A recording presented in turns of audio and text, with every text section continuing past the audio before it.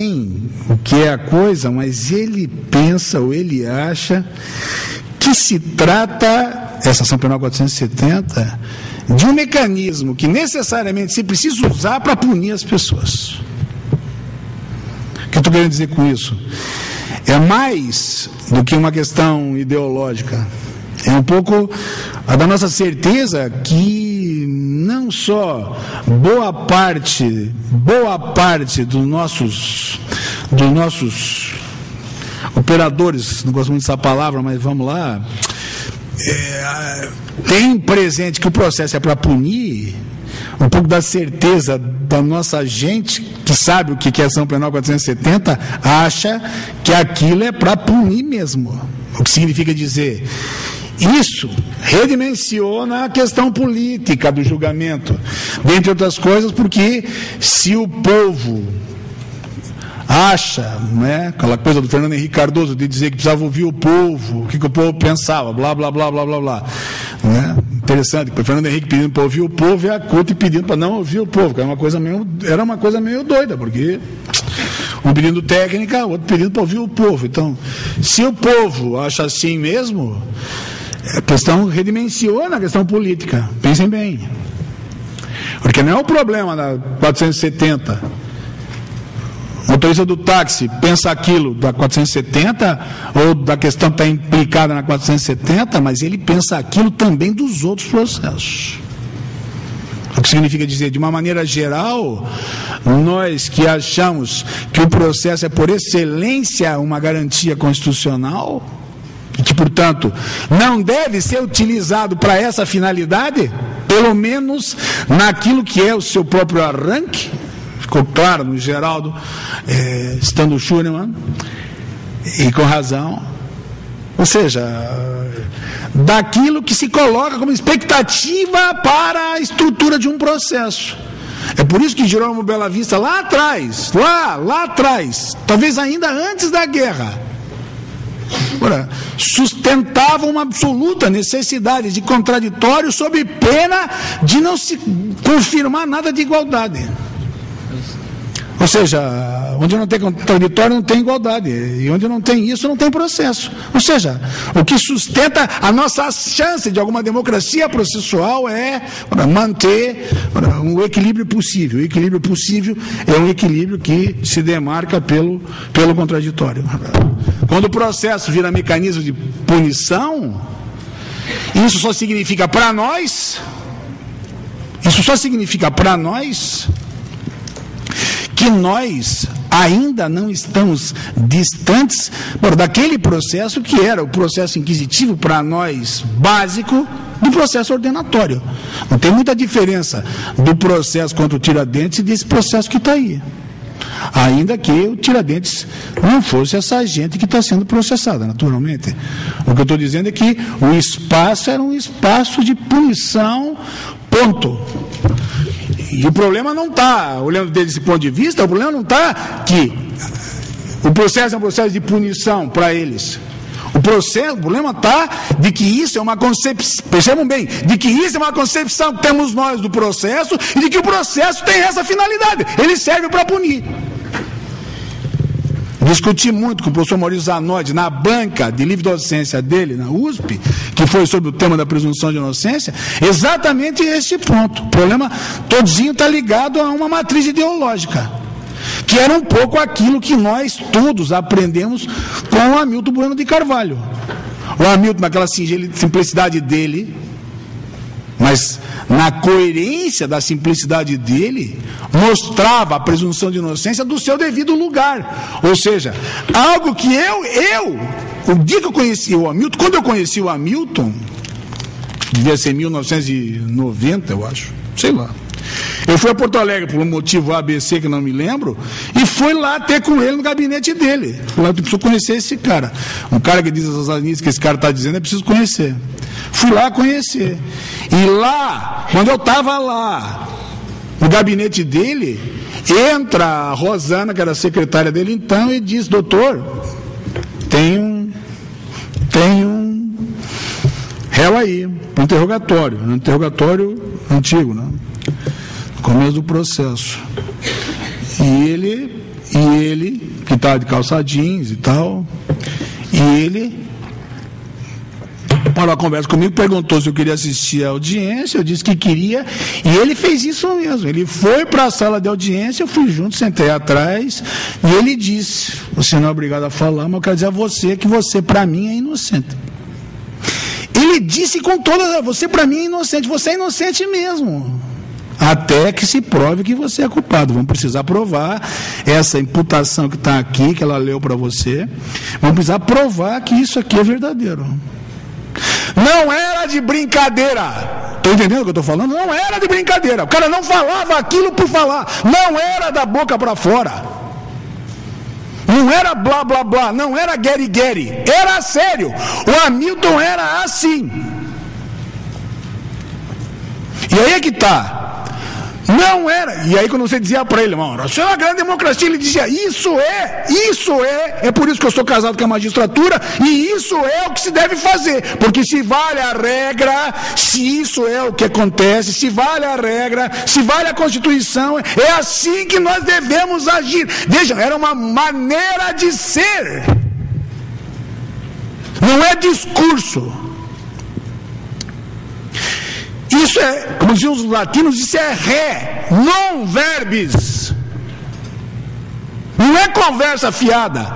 Eu acho que deve ser assim. Não acho nada.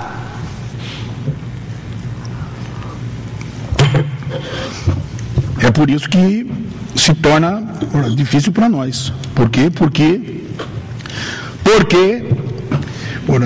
se você constrói por uma cultura na qual o processo é por excelência um mecanismo punitivo, desde esse ponto de vista, é preciso que a gente reze todo dia, rezar todo dia, para não ser a bola da vez. De você não ser emaranhado lá nele. Porque se você for emaranhado lá nele, o que você arrisca mesmo, desde esse ponto de vista, é para receber toda essa carga negativa que ele porta.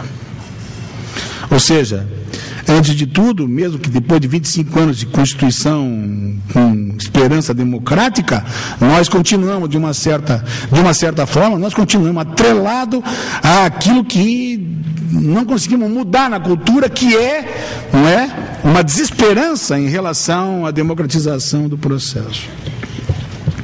Desde esse ponto de vista, e digamos assim, a partir dele olhando para o lado positivo e para o lado negativo, é que eu, na verdade, me coloco com um certo temor em relação àquilo que se fez nesse processo no qual os autos levam o número 470. Por quê? Porque essa glamorização, essa mediatificação, esta coisa que penetrou na população do país como discurso, como um determinado discurso ideológico que visava um determinado objetivo, é altamente questionável se pode alcançar os resultados que tem.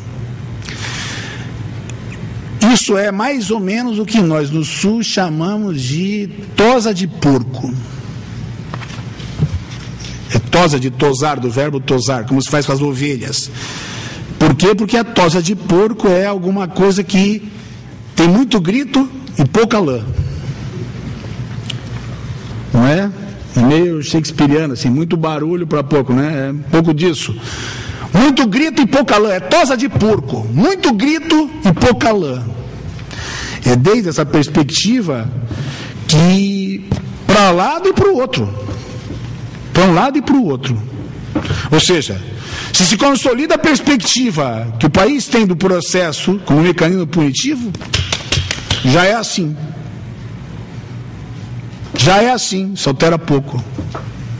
Vai se alterar pouco, se a cultura não muda.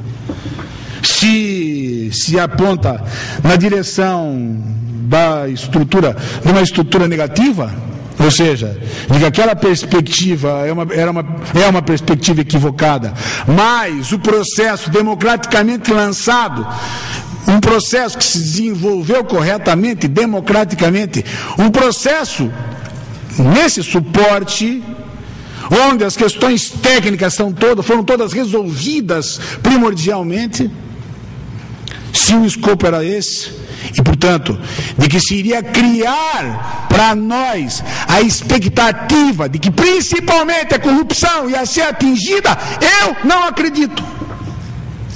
Porque a aflição do país é, por excelência, a aflição de que os dinheiros da nação fogem pelos vãos dos dedos e os mecanismos de controle, etc, etc, etc, não têm dado mostras de que podem ser de fato úteis a atingir o âmago do problema.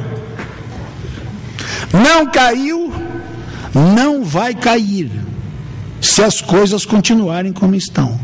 Do ponto de vista técnico, por força daquilo que se passou nesse processo, por conta dessa glamorização que se deu exatamente em relação a esse processo. E isso não significa que se não possa ter resultados. Só um pouquinho dos resultados, até porque, eu não tenho tempo demais. A prisão, neste caso, agora é tão só uma questão de tempo. A prisão é uma questão de tempo. Ela vai produzir um gozo coletivo. Eu ia dizer uma frase que dizia sempre meu avô, que era se danou. Não era bem, o verbo não era bem esse, mas se danaram. Tá, e daí? E daí, velho? E daí? E daí? Se não houver repercussão, esse resultado, condenação, pode ser muito pouco útil para o país. Ou se não houver a repercussão coerente daquilo que pudesse ser essa condenação. O que eu, repito, de fato não acredito. Mas que a prisão é só uma questão de tempo, é uma questão de tempo. Vai se gozar uns dias e depois voltamos, como dantes, a esperar a próxima notícia, o próximo cara que briga com o motorista do ônibus, e o ônibus toma no viaduto, mata 7, blá blá blá blá blá blá blá blá. Tchau. Nada demais. Nada demais.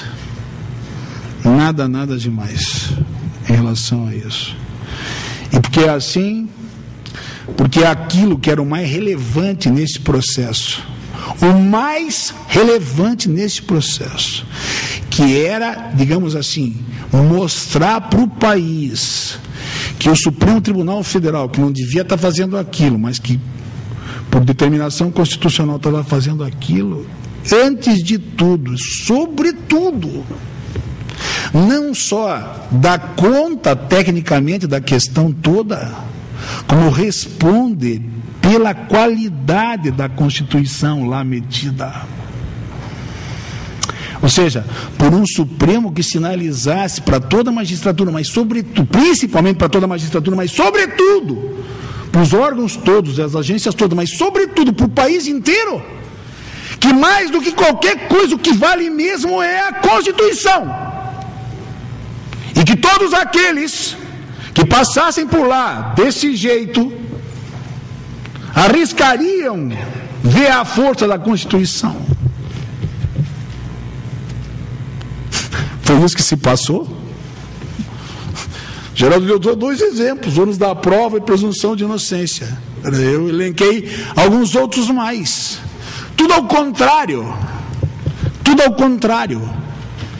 Tudo aquilo que eles, de uma certa forma, criticam em relação àquilo que fazem os juízes que sabem pouco lá nas instâncias de base, tudo aquilo e muito mais aconteceu lá também. Em alguns pontos muito pior, porque não é pelo nome. Eu já disse, a culpa do nome é do cara da informática. Vamos dar de barata a coisa. o risco que se corre quando você faz isso. Chama para você uma competência como essa. A competência é a coisa mais, ali é a questão mais delicada. Por ela e por toda a questão que envolve a prerrogativa de função e a necessidade do recurso, que significa dizer, ora, vocês são muito novos, mas os mais velhos têm presente o que foi em 88 e a luta que foi em 88 pelos ministros do Supremo Tribunal Federal, começando pelo ministro Moreira Alves, a lutar desesperadamente pela manutenção da competência deles. Coisa que não era a posição da Ordem dos Advogados. Desculpem, a Ordem queria uma Corte Constitucional efetiva, para que eles pudessem julgar os recursos só. Isso é coisa para o Superior Tribunal de Justiça, se fosse o caso de manter a prerrogativa de função. Mas, dentre outras coisas, para não expor o Supremo Tribunal desse jeito, principalmente dessa forma glamurosa. E aí é que vem, talvez, a questão mais séria, ou seja, de que o preço pago para que se tivesse essa espetacularização toda fosse de fato muito alto.